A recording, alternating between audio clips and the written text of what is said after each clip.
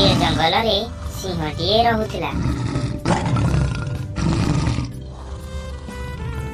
ହେଲେ ସେ ବୁଢା ଥିଲା ଓ ତାର ଆଗ ଭଳି ଶରୀରରେ ଆଉ ଶକ୍ତି ନଥିଲା। ସେ ଆଉ ଶିକାର କରିପାରୁ ନଥିଲା ଓ ଭୋକିଲା ରହି ମରିବା ସ୍ଥିତିକୁ ଆସି ଯାଇଥିଲା। ଗୋଟିଏ ଦିନ ସିଂହ ଗୁମ୍ଫାରେ ରହି ଭାବିଲା, ଯଦି ଏମିତି ହୁଏ ତାହେଲେ ମୋର ମରିବା ହିଁ ନିଶ୍ଚିତ। ମୋତେ ଯେକୌଣସି ଗୋଟେ ଉପାୟ ବାହାର କରିବାକୁ ହିଁ ହେବ, ଯେପରି ବସିକି ମଧ୍ୟ ଖାଦ୍ୟ ମିଳିଯିବ। ଏତିକି ଚିନ୍ତା କରି ଜଙ୍ଗଲରେ ଥିବା ଚଢ଼େଇ ପାଖକୁ ଗଲା। ଚଢ଼େଇ ସାହାଯ୍ୟରେ ନିଜର ଦେହ ଖରାପ ବୋଲି ପୁରା ଜଙ୍ଗଲ ସାରା ଖବର ଖେଳାଇଦେଲା।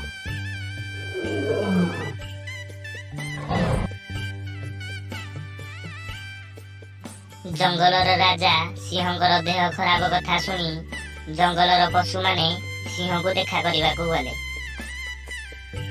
ଯଦି କୌଣସି ପଶୁ ସିଂହକୁ ଦେଖା କରିବା ପାଇଁ ଗୁମ୍ଫା ଭିତରକୁ ଯାଏ ତାହେଲେ ସିଂହ ତାକୁ ମାରି ଖାଇ ଦଉଥିଲା।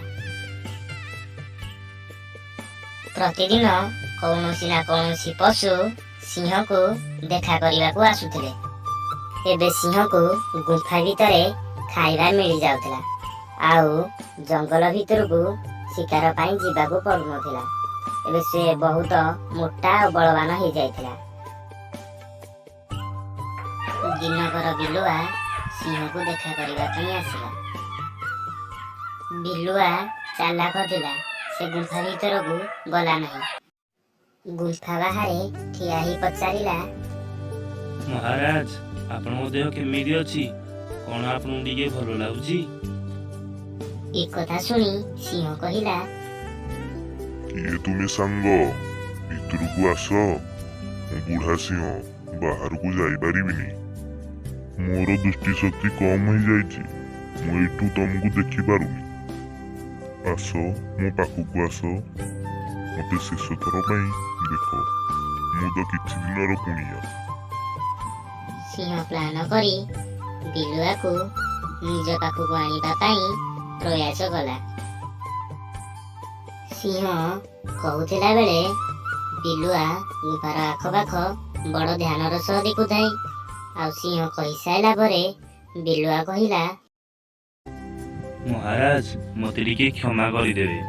ମୁଁ ଭିତରକୁ ଯାଇପାରିବି, କାରଣ ଆପଣଙ୍କ ଗୁମ୍ଫାକୁ ସବୁ ପଶୁମାନେ ଯିବାର ମୁଁ ଦେଖିଛି, କିନ୍ତୁ କୌଣସି ପଶୁ ଗୁମ୍ଫାର ବାହାରକୁ ଆସିବାର ମୁଁ ଆଜି ଯାଏଁ ଦେଖିନି। ଏହାର ଅର୍ଥ ମୁଁ ଜାଣିସାରିଛି, ଆଉ ଯଦି ଜାଣି ଗୁମ୍ଫା ଭିତରକୁ ଯାଏ ତାହେଲେ ଅନ୍ୟ ପଶୁଙ୍କ ଭଳି ମୁଁ ବି ମଧ୍ୟ ମରିଯିବି। ଏଇଥିପାଇଁ ମହାରାଜ ମୁଁ ଚାଲି ଯାଉଛି। ଏତିକି କହି ବିଲୁଆ ସେଇଠାରୁ ଚାଲିଗଲା। ବିଲୁଆ ଜଙ୍ଗଲରେ ଥିବା ସମସ୍ତ ପଶୁକୁ ସିଂହର ଚକ୍ରାନ୍ତ କହିଲା। ଆଉ ସେହି ଦିନଠାରୁ କୌଣସି ପଶୁ ସିଂହକୁ ଦେଖା କରିବାକୁ ଗଲେ ନାହିଁ। ଏହିପରି ବିଲୁଆ ନିଜର ଜୀବନ ବଞ୍ଚାଇବା ସହ ଜଙ୍ଗଲର ଅନ୍ୟ ପଶୁମାନଙ୍କ ଜୀବନ ମଧ୍ୟ ବଞ୍ଚାଇଲା।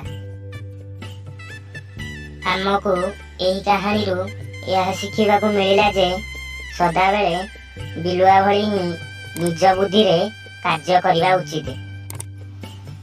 ଫୁଲ୍ ଭିଡିଓ ଦେଖିଥିବାରୁ ଆପଣମାନଙ୍କୁ ଧନ୍ୟବାଦ। ଦେଖା ହେବା ଆର ଏପିସୋଡରେ। ରହୁଛୁ, ନମସ୍କାର।